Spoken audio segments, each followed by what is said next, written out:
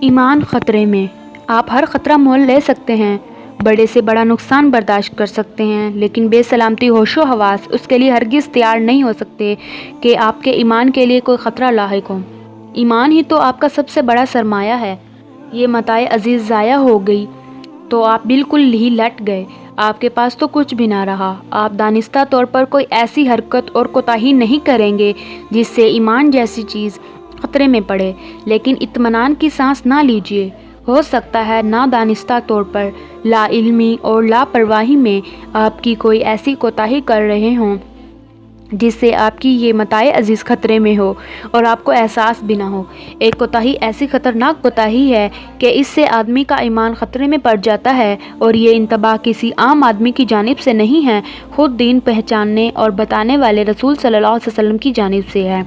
ایک لمحہ ضائع کیے بغیر ہوشیار ہو جائیے اور غور کیجیے، کہیں آپ اس کوتاہی اور جرم میں تو مبتلا نہیں ہیں۔ خدا نخواستہ اگر ہوں تو کسی حیل و حجت اور تعویل کے بغیر فوراً اس کی تلافی کی فکر میں لگ جائیں، اس لیے کہ ناپائیدار زندگی کا کوئی بھروسہ نہیں کب ختم ہو جائے، اور اللہ نہ کرے ایمان کا یہ خطرہ واقعی خطرہ بن جائے۔ اللہ ہم سب کی حفاظت فرمائے۔ یہ تو آپ جانتے ہی ہیں کہ اللہ نے اپنے بندوں پر 4 بنیادی عبادتیں فرض کی ہیں: نماز، روزہ، زکوٰۃ اور حج۔ اور یہ بھی آپ جانتے ہیں کہ کسی بندے کو یہ حق اور اختیار نہیں ہے کہ وہ ان میں سے کوئی 2 یا 3 عبادتیں اپنے ذوق اور مرضی سے منتخب کر لے۔ اگر کوئی نادان صرف ایک عبادت کو ترک کر کے 3 عبادتیں ادا کرتا رہا تو اللہ تعالیٰ کے رسول صلی اللہ علیہ وسلم کی وضاحت اور تنبیہ یہ ہے کہ یہ تینوں عبادتیں قطعاً اس کے کام میں نہ آئیں گی۔ اللہ کے یہاں صرف اسی بندے کی عبادتیں قبول کی جائیں گی جو اللہ کے فرض کردہ 4 عبادتیں اللہ کے حکم کے مطابق ادا کرے گا۔ رسول اللہ صلی اللہ علیہ وسلم کا ارشاد ہے، 4 عبادتیں ہیں جو اسلام میں اللہ نے فرض کی ہیں، جو شخص ان میں سے 3 بجا لائے اور چوتھی چھوڑ دے تو وہ تینوں اس کے کام نہ آئیں گی جب تک وہ چاروں ادا نہ کرے۔ وہ 4 عبادتیں یہ ہیں: نماز، زکوٰۃ، رمضان کا روزہ اور حج۔ آج کے دور میں مسلمان بے شک اپنے فرائض میں کوتاہ ہے، لیکن پھر بھی نماز، زکوٰۃ اور روزہ ادا کرنے کا خاصا اہتمام کرتے ہیں۔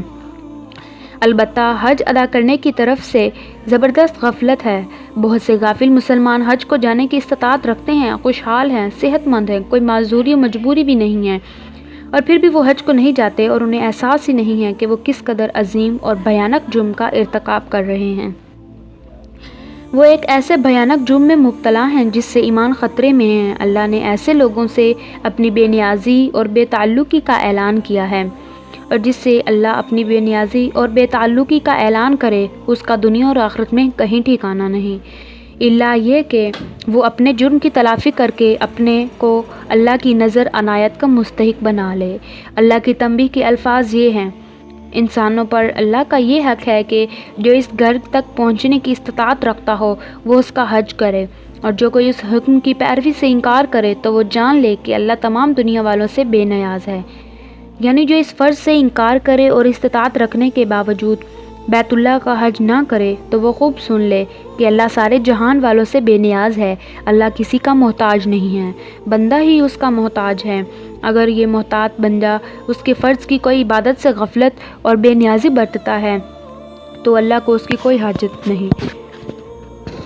اللہ کے یہاں سے وہ راندہ درگاہ ہے، اللہ اس سے بالکل بے نیاز ہے، اور غافل اس کی نظر عنایت سے محروم ہے۔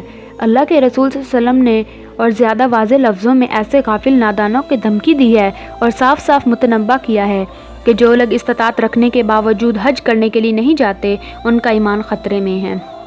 حضرت ابو امامہ نبی صلی اللہ علیہ وسلم سے روایت کرتے ہیں کہ آپ صلی اللہ علیہ وسلم نے فرمایا، جس شخص کو واقعی کوئی محتاجی نہیں ہے، حج سے روک دینے والی بیماری بھی نہیں ہے، کسی ظالم اقتدار کی طرف سے بھی رکاوٹ نہیں ہے، پھر بھی اس نے حج نہ کیا تو وہ چاہے یہودی ہو کر مرے چاہے نصرانی۔